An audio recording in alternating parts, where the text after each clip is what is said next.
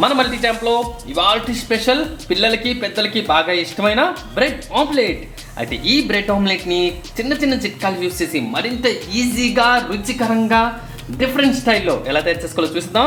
మరింకెందుకు కాలసు మా వీడియోని జాగ్రత్తగా స్కిప్ చేయకుండా చూసి ఈ టేస్టీ బ్రెడ్ ఆమ్లెట్ని తయారు చేసుకొని ఇంటిలో పది హ్యాపీగా ఆస్వాదించండి. ఇంకెందుకు కాలసు, లెట్స్ స్టార్ట్. ముందుగా ఒక లోతైన బౌల్ తీసుకొని ఇందులో 4 గుడ్ల వరకు ఈ విధంగా పగలగొట్టుకొని వేసుకుందాం. ఈ విధంగా ఎగ్స్ని వేసుకున్న తర్వాత బాగా బీట్ చేసేసుకుందాం. ఇదిగోండి, చూసారా, చక్కగా బీట్ చేసుకోవాలి. మనకి విస్కర్ని ఈ విధంగా అనేసి ఇలా బీట్ చేసుకోండి, చక్కగా నురగగా వస్తుంది కదా.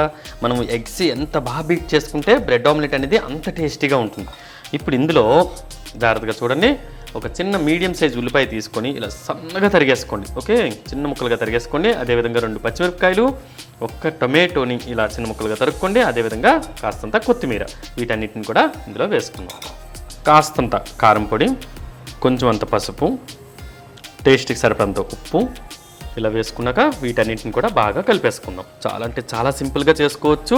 అదేవిధంగా చాలా టేస్టీగా ఉంటుంది కూడా. పెద్దలు పిల్లలు అందరూ అయితే అండి బాగా ఇష్టపడతారండి.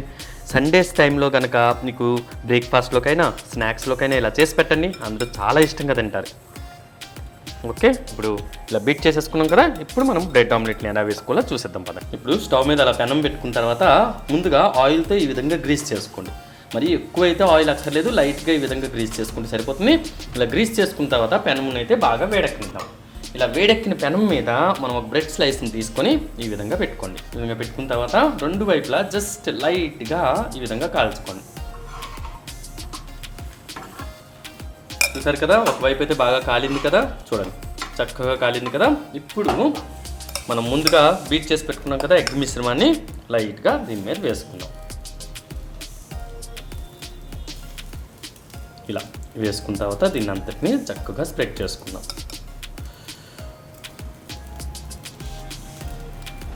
ఇలా స్ప్రెడ్ చేసుకున్నాం కదా, స్ప్రెడ్ చేసుకున్న దాన్ని జాగ్రత్తగా ఒకవైపుకి టర్న్ చేసుకోండి. ఇలా టర్న్ చేసుకొని మీడియం ఫ్లేమ్లో చక్కగా కాలనిద్దాం. అదేవిధంగా ఇలా టర్న్ చేసేసుకున్నాం కదా, ఈ వైపు కూడా కాస్తంత ఎగ్ మిశ్రమాన్ని అయితే వేసుకుందాం. వేసుకున్న తర్వాత ఒకవైపు అయితే మనకు కాలిపోయి ఉంటుంది కదా, కాబట్టి జాగ్రత్తగా చూసుకుంటూ టర్న్ చేసుకోండి. ఇంకోవైపు కూడా టర్న్ చేసేసుకున్నాం కదా, చూడండి చక్కగా ఎగ్ మిశ్రమం అంతా బ్రెడ్కి పట్టుకుంది కదా. బ్రెడ్ స్లైస్కి చాలా టేస్టీగా ఉంటుంది. అలాగే తక్కువ ఎగ్తో కూడా చక్కగా తినొచ్చు మనం. ఈ విధంగా ఒకసారి చేసి చూడండి. అండ్ నెక్స్ట్ ఎగ్ మాత్రం లో టు మీడియం ఫ్లేమ్లో ఈ విధంగా కాలుస్తూ ఉండండి, లేకపోతే లోపల పచ్చి ఉండే అవకాశం ఉంటుంది. కాబట్టి ఈ విధంగా జాగ్రత్తగా కాల్చేసుకుందాం. చూసారు కదా, మన ఆమ్లెట్ అనేది చక్కగా బ్రెడ్ ఆమ్లెట్ చక్కగా కాలి 2 వైపులా మంచి రంగు కూడా వచ్చింది కదా. ఇప్పుడు దీన్ని అక్కడ సర్వింగ్ ప్లేట్లో తీసేసుకుందాం. ముందు చెప్పుకున్న విధంగానే ఒక్కసారి అయితే మనం ఈ విధంగా గ్రీస్ చేసుకుందాం. ఓకే, ఈ విధంగా గ్రీస్ చేసుకున్న తర్వాత బ్రెడ్ స్లైస్ని కాల్చుకున్నాక బ్రెడ్ ఆమ్లెట్ని వేసుకోవాలి.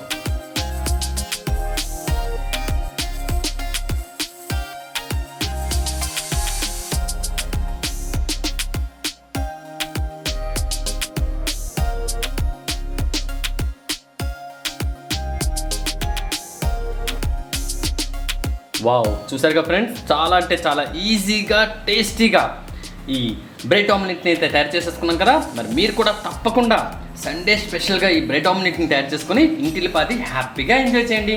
అలాగే మీరు తయారు చేసుకున్న తర్వాత మీకు ఎలా కుదిరిందో కూడా మా కామెంట్ సెక్షన్లో తప్పకుండా తెలియజేయండి.